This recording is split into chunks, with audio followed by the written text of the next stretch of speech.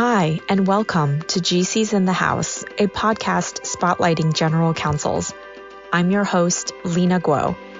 In my conversations with GCs, we discuss how they got in the top legal seat, obstacles that they had to overcome along the way, and how they are tackling new challenges.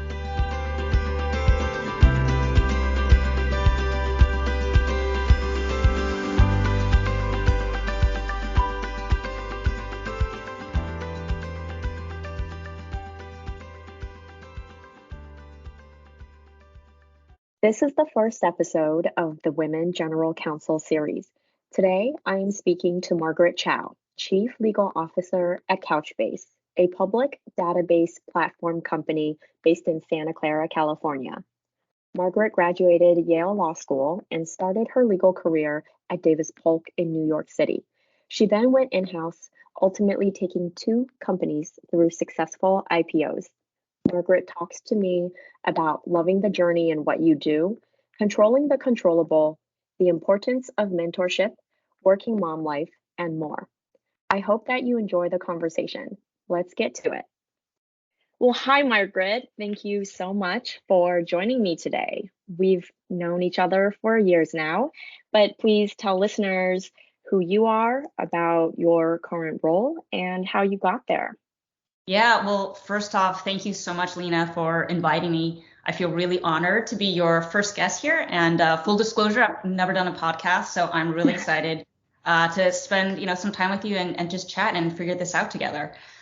So I'm currently Chief Legal Officer at Couchbase. And in my current role, I oversee the global legal function. And I also just finished a stint serving as the interim Chief People Officer for Couchbase. I got here because Couchbase was private at the time and looking for somebody with IPO experience to head up their legal team. And I had just finished almost 6 years at Medallia. It's another enterprise SaaS company. And we went through the private to public journey there. I was the deputy GC there and was the lead for the legal aspects of the IPO journey. And then just to take a step back, I started out my legal career at Davis Polk. I always knew I wanted to be in-house. So I tried to get broad-based experience there doing exec comp, employee benefits, IP, capital markets, just to try to get that broad-based experience. And then from there, I went in-house pretty much as soon as my debts were paid off. And I've been at enterprise software SaaS companies ever since. I love doing what I do. I have a lot of fun doing it. And maybe I'll just say a little bit about Couchbase so listeners have some background.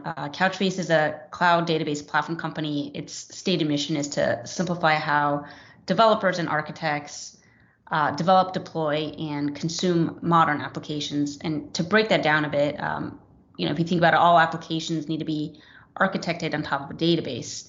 And if you think about your daily life, if you've sent a package, searched for flights, if you've played a game on your phone, any of these other like daily life activities, you've probably come across an application built on Couchbase and not even known it. Our database platform can be managed by the customer or fully managed by us. And the latter is our database as a service or DBaaS product called Capella.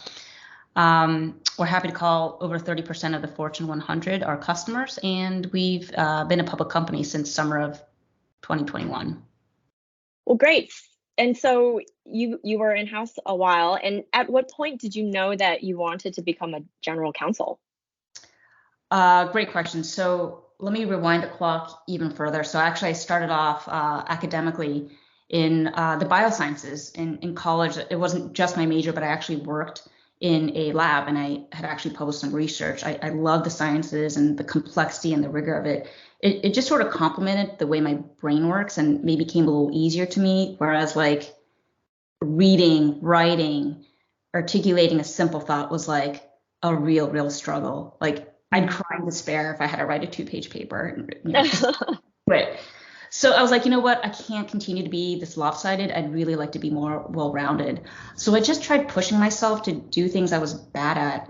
I tried theater for a little bit and it was terrifying, but actually really fun. And I got to meet people that I otherwise wouldn't have. And law school was, one of those things. I didn't have those skills, and I thought I'd push myself to try it, and with the hope that it would round me out. It wasn't quite so much about career at that point as it was just trying to get the foundational skills that I thought were going to serve me well in whatever I might do next. And then once I got into law, like I said before, I found that I really enjoyed being a generalist.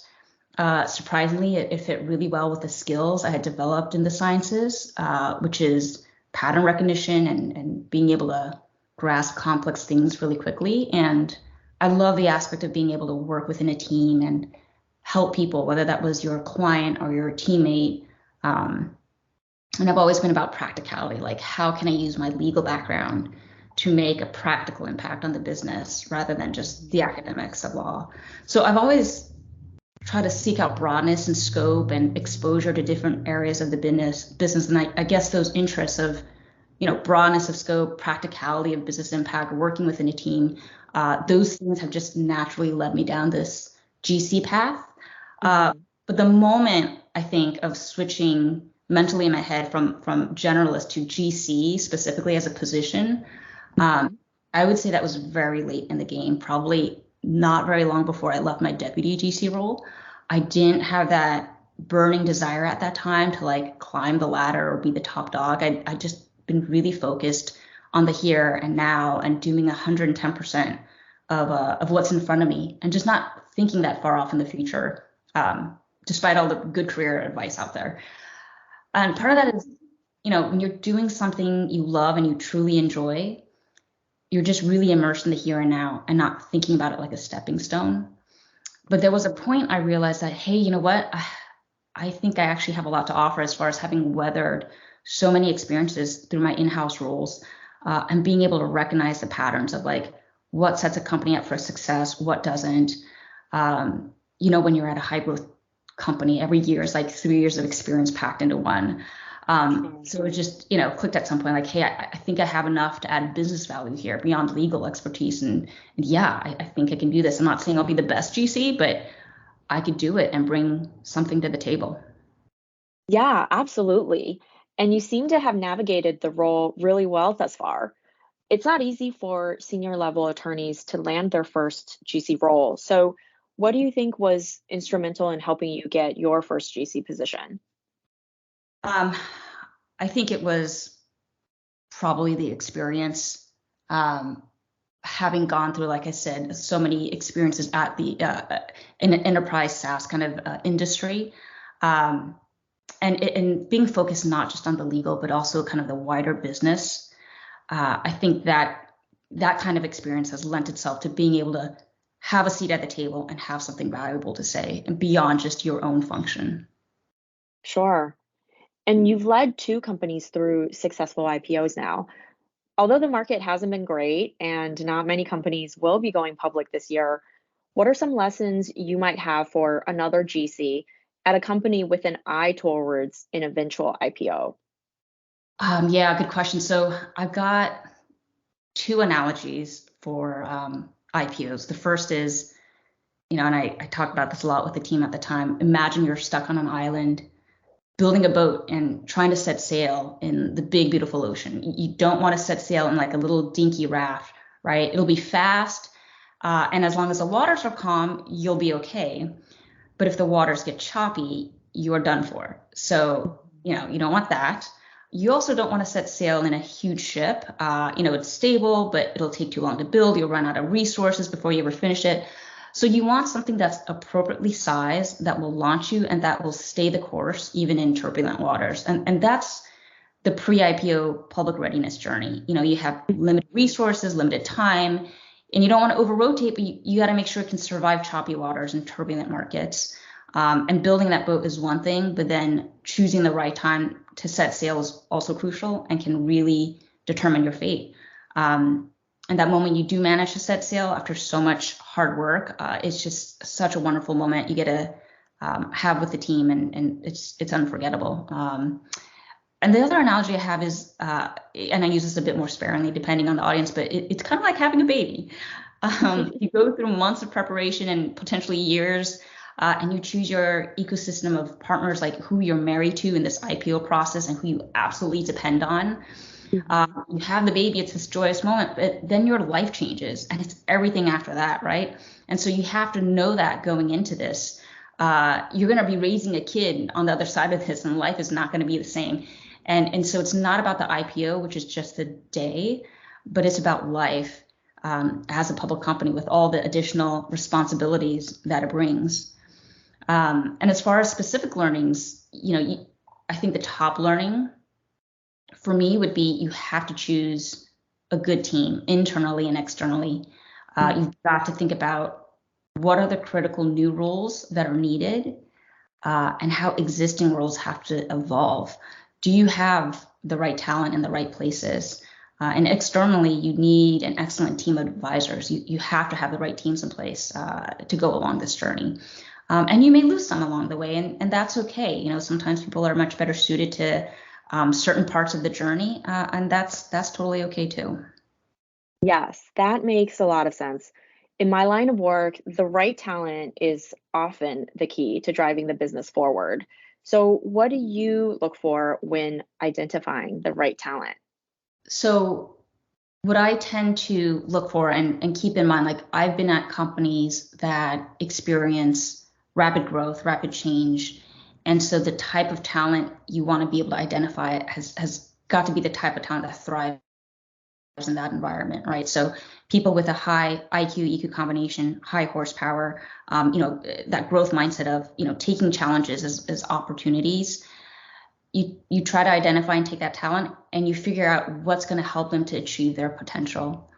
So, how do you set up the right environment for them to really unleash their own good instincts and be successful? Those kind of people aren't always easy to find either, but you've been able to build a strong and diverse legal team, which leads to my next question. How has being an AAPI and or a female hindered you, if at all, in your career thus far?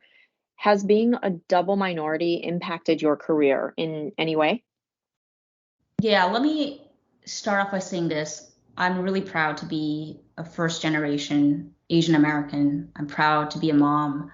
You and I talked about that a lot over the course of the years of, Yes. just being new moms. And I'm proud to have spent a lot of time on both, West Coast, East Coast, and having that kind of bi-coastal mentality. I'm introverted, and that's part of my identity too. So I feel like there's a lot of aspects that make up who I am, and it can sometimes be hard to tease apart a specific part of your identity, like gender or race. So my answer is I'm not completely aware of the specific impact of being Asian or female, and frankly, I try to be unaware. Um, because look, in my case, I've been lucky. I haven't come across like outright conscious bias or blatant sexism or racism, and that might not be the case for everyone. So I'm lucky in that regard. But in my case, if someone's reacted to me a certain way, I don't know if it's because of some underlying bias, and I can't control that. So I choose to focus on what I can control, which is how do I respond, and how do I navigate any given situation.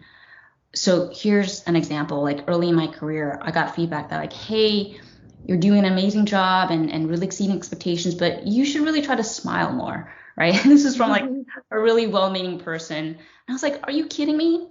I'm a negotiator. I'm in charge of closing these deals with, Fortune 100 customers that don't even know what a SaaS agreement is. I'm walking down the hall juggling like 300 things in my head and trying not to fumble it.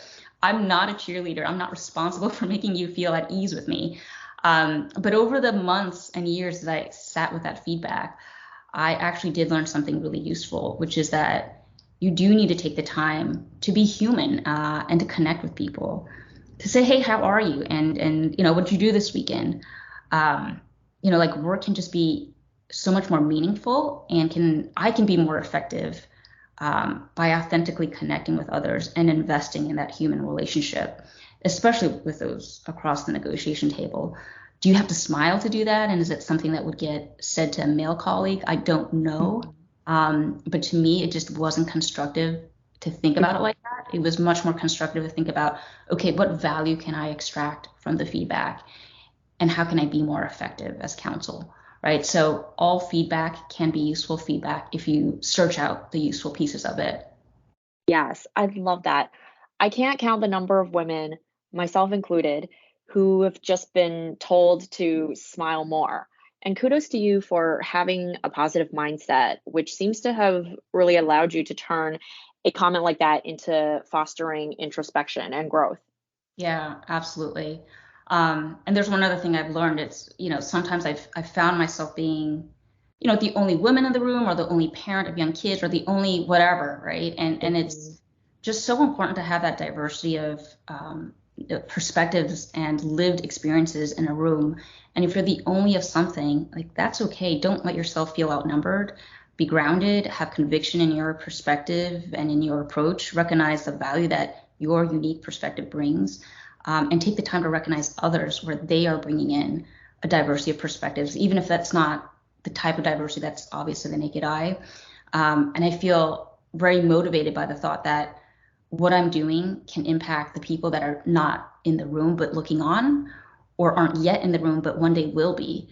It just makes me that much more motivated to make it better for them. So on the one hand, I try to be unaware and focus on what you can learn from feedback, what you can learn on, what you can control.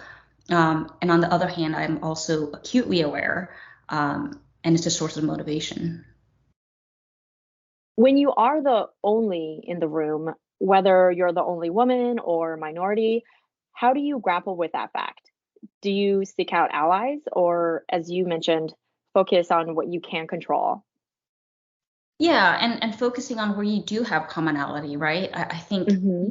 just you will find good people where you share a lot in common, much more than you have in differences, even as far as lived experiences. And so I think focusing on the commonality and focusing on the team rather than focusing on, feeling like you are the outsider. Great. And what advice do you have for female attorneys who want to become general counsels? Any thoughts on how we can get more women into the GCC? Yeah, great question. So I would say first is to expand your exposure. And I'm talking about within the various subfunctions of legal, but also within the broader business. Like, Mhm. understand what other teams' priorities are, what challenges they face, how they tend to think and approach problems. Leverage those opportunities to learn and get integrated with another side of the business or of the function. For me, again, I've always loved being a generalist, and I find that exposure is so important and has served me really well. Um, Secondly, I would say pick the right community, Mhm. team, company that shares your values and really lives by the values that are important to you. Pick a community where you'll have teammates that challenge you in all the right ways, where you'll have mentors to learn from, and where you're valued for what you bring to the table. Um, I would also add, know that there are multiple paths out there. There's so many backgrounds and styles and career paths that can lead to the GC seat. So, be you. And if it's what you truly want to do, you will find your own path there. Like I know GCs that have gotten there by, being experts in employment or privacy or corporate or commercial. Like you can get there through so many paths. And then lastly, I would just say love the journey and have fun. If you don't love the journey, then why are you doing it, right? Mhm. It shouldn't be sort of the end all be all goal, so don't get used to seeing it as some sort of career destination, but just sort of, another thing along the journey. Really well said, Margaret. There are definitely multiple paths to the GCC. Many GCs have a corporate background, like yourself, but there are plenty of GCs who didn't start out that way.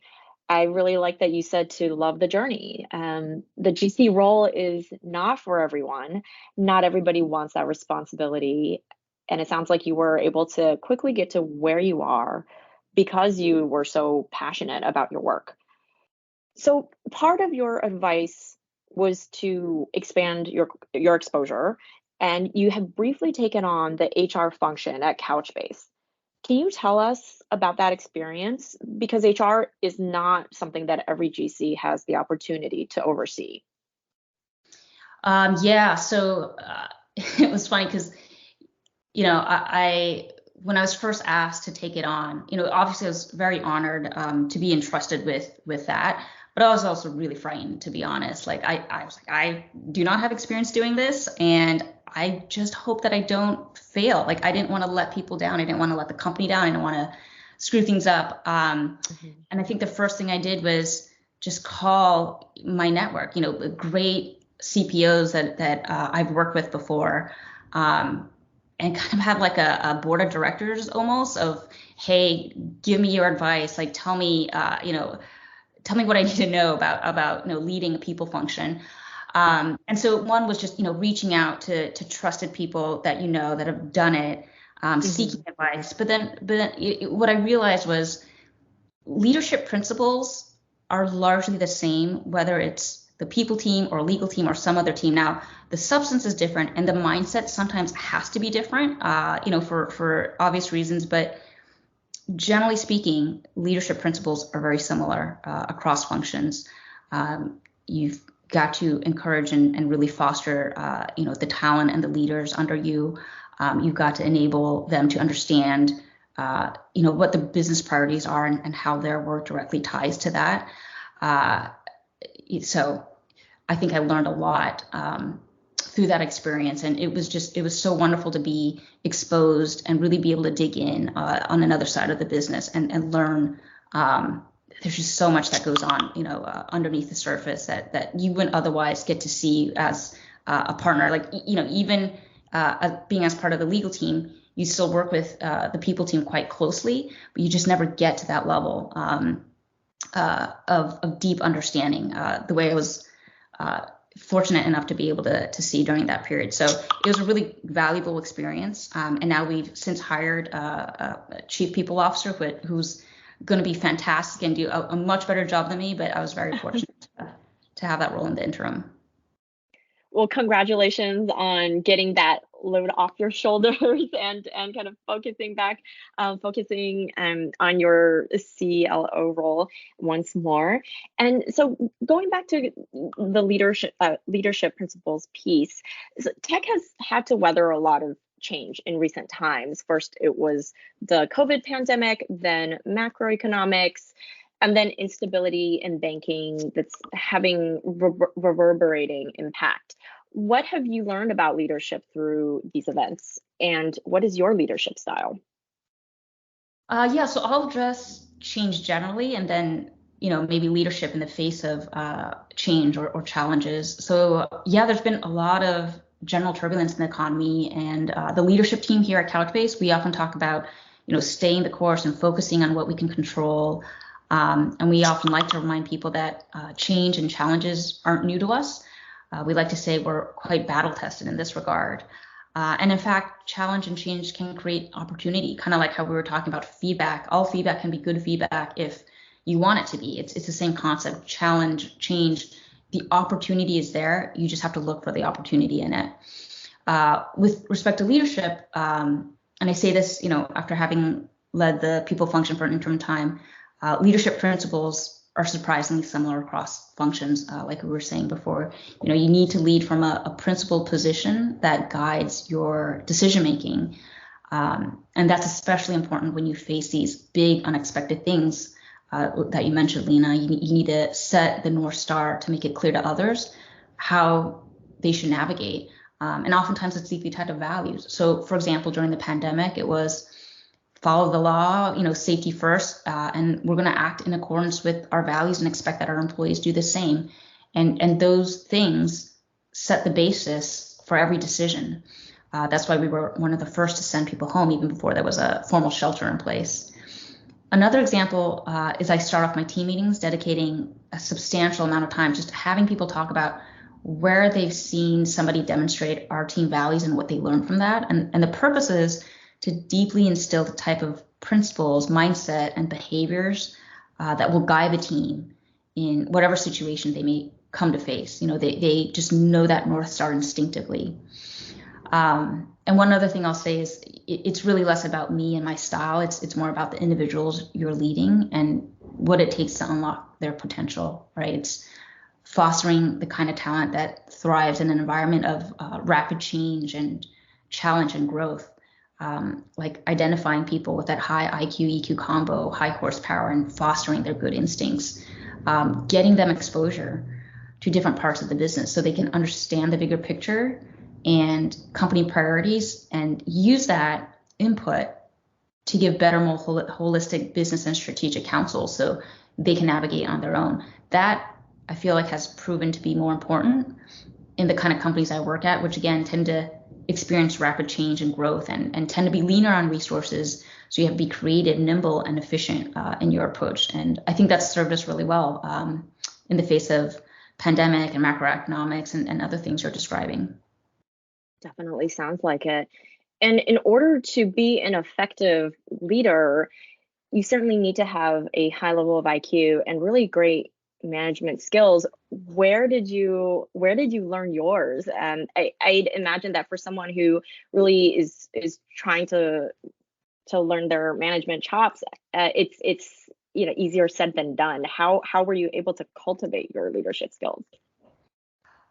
I think it just come from a service mindset. And so again, it's one of those things that, like, for better or worse, I'm not quite aware of my style and like my management. It's more about like you have to be in service of the person, right, that you're leading. Where are they strong? Where do they need help? Where are they on their journey, and how can you help them and unlock their potential? And so I may have a different approach with different people, just depending on the nature of their work, what they're trying to do, where they are. And so I think if you're led by that mindset of how do you best serve this person that you're leading or the stakeholder that you're, doing something for, I think that's what has, for me, kind of just naturally lent itself to this management path. And the other important side of it is being in service to the company, being able to understand the business at large. What are the headwinds and tailwinds? What other teams are focused on in the short and long term, and why? What pressures they're facing? How's that translating in the day-to-day, right? And then thinking about how is your team going to best serve these short and long-term business priorities and support cross-functional stakeholders in what they're facing. So again, it is about that service-oriented mindset, both to the company and to the individuals that you're working with. We're here to be a competitive advantage for the business, and you just simply can't be successful as a GC or a legal function if you don't think like an owner of the business or have the good relationships with the other execs and teams that you're supporting, or the credibility within the business that you understand and have their best interests in mind. So the way I see it, part of your job as a leader, as a GC, is to establish those relationships, that credibility, is to deeply understand the company priorities and the business trajectory, and be able to steer the ship in a way that brings value for the business. Great answer. And to shift gears a little bit, has any one person been particularly helpful to you in your career, or you thought was a really great leader? Yeah, there have been so many people, definitely a lot. And let's see, a couple come to mind immediately. So Jack Hirsch, he was my first boss when I worked in the lab all the way back when, and he probably indirectly changed the trajectory of my life, to be honest. Up until then, I'd never had someone believe in me and push me so outside my comfort zone the way he did. Like there was a time where he wanted me to apply for this award, and I was like, oh no, it's too much work. There's so many other great candidates, and you got to be grilled by a whole panel of interviewers, and I don't care to go through all that.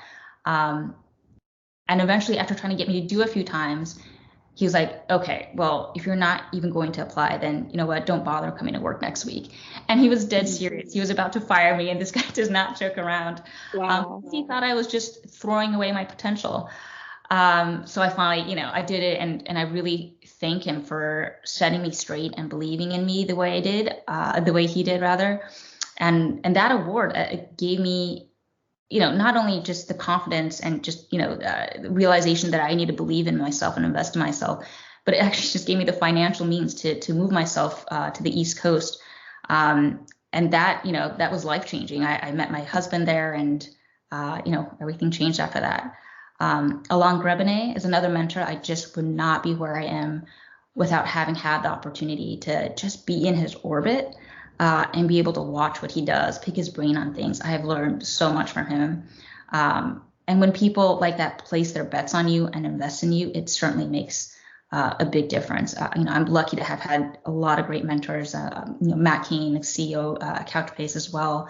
And what I try to remember is, mentorship isn't an entitlement. It's an investment of someone else's time. So think about what you can do to make somebody want to place their bets on you and want to make it worthwhile to invest in you. So don't take it for granted. Certainly, I'm very thankful for all these mentors. Last but certainly not least, as far as what's been helpful to my career, I also have to just give a big shout out to my amazing husband and the grandparents of my kids. As the saying goes, it takes a village. It really, really does. And so I appreciate, the days when he sees I'm crushed at work and he's like, what can I be doing more of so you can go and focus on that. So for sure, I wouldn't be far without that village behind me. And though I'm very lucky that I love what I do, it's a passion, but it's by no means a hobby, right? It's the means by which I provide for my family and secure their future, secure their financial well-being. So having him and having that village share so much as they do in raising my kids allows me to go and do that for them. One of our company values at Couchbase that's always really resonated with me is serve your family as defined by you. And I think it speaks very well to this. Okay, I have so many questions. First, it sounds like you had some terrific mentors who neither looked like you nor had the same background. Did you actively seek them out? Yeah, so this is the thing about mentorship and what people think of when they think about mentorship. It's not necessarily somebody like sitting you down and advising you, although that is the case if you're asking for advice, but it's also just observing somebody, how they respond to challenges, and trying to learn what you can learn just by being in the room with them and watching them. And I have been very intentional about choosing, like I said, the community that you're joining, right? The team, the company, and that includes kind of your mentors that would be there. I think you have to make a very conscious decision to choose the team, choose the mentor, choose the company that shares your values and where you feel like you will get that kind of experience. It sounds like being very intentional in some of these decisions has served you well. I'm really glad to hear that you have a wonderful village and supportive spouse. Not everybody has that.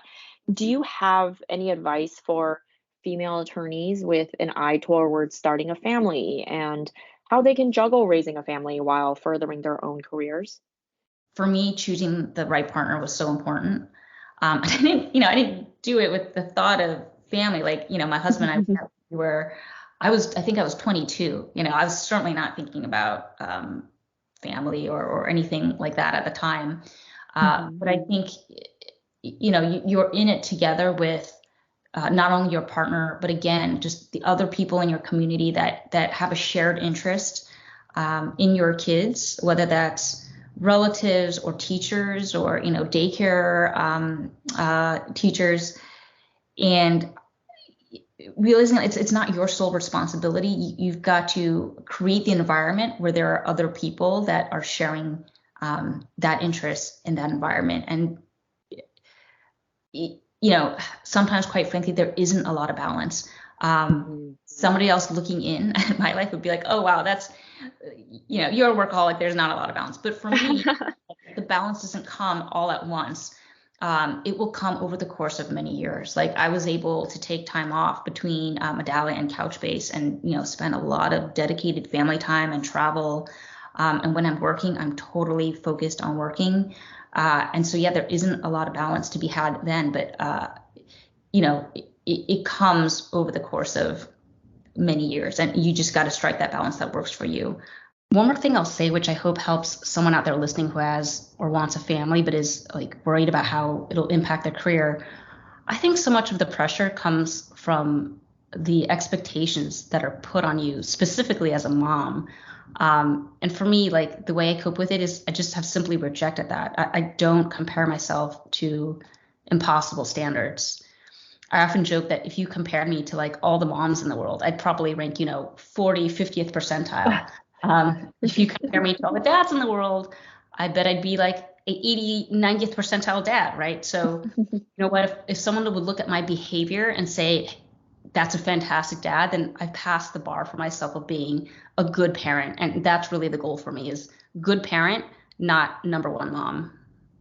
I totally agree with what you said about striking the balance that works for you.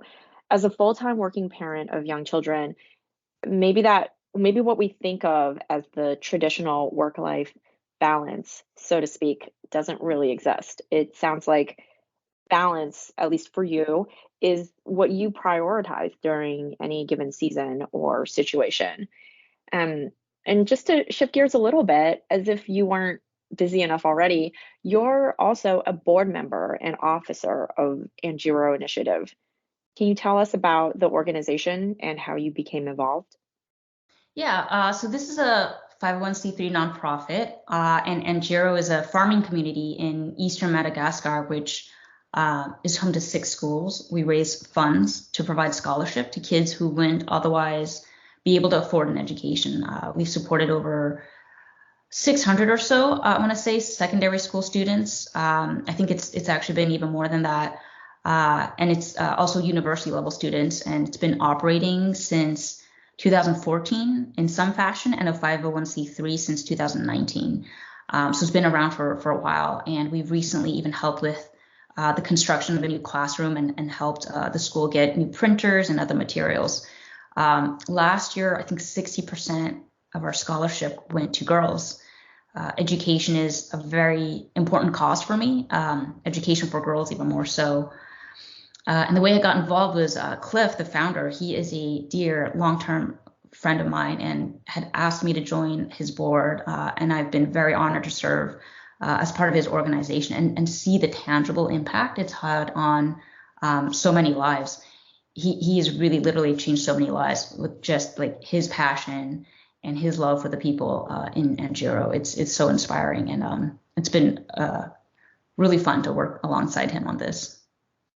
Sounds incredible. What advice do you have for someone who might be interested in getting on the board of an organization?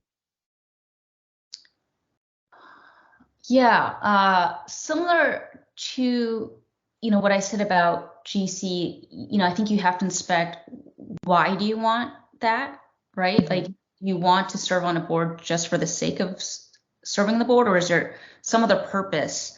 Like in this case, it was more about supporting my friend and sharing in his passion for helping others, and that happened to be in the form of a board. I haven't served on other boards. I'm not sure if I would have great advice on how to get on other boards, especially as lawyers. I don't think lawyers often get asked to serve on boards. But if what you're looking for from a board seat is to be able to advise and make an impact, I would say there are lots of ways to be able to do that, whether it's through a board seat or a general counsel seat or through some other means.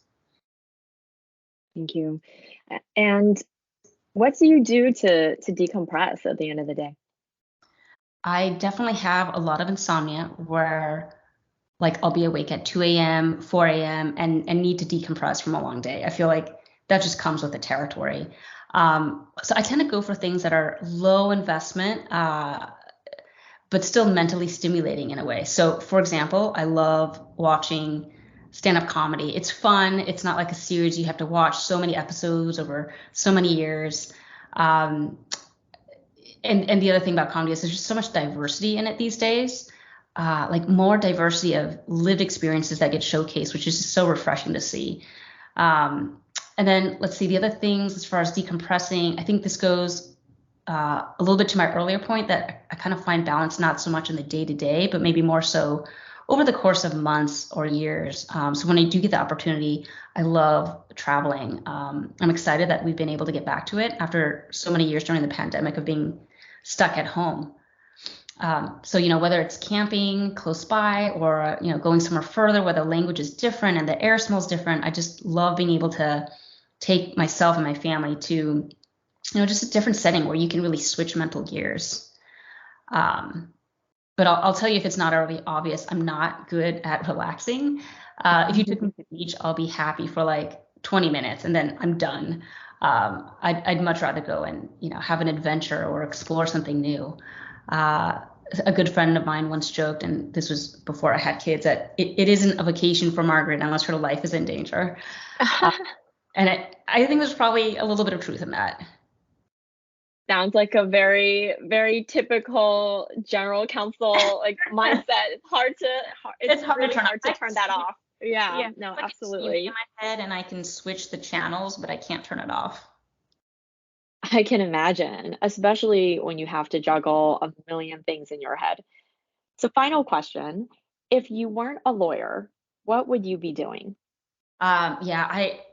Like I said in the beginning, I love what I do. I really do. I love the team that I get to work with. I love, the company I'm at and the problems we're trying to solve. It's hard to imagine doing something else, but for sure it would involve being part of a team, working alongside people that share a similar set of values and doing something meaningful together. Maybe it would be doing something to get more involved in the community. So, I think there are certain aspects that I know would be there, but I love what I do. That is so nice to hear.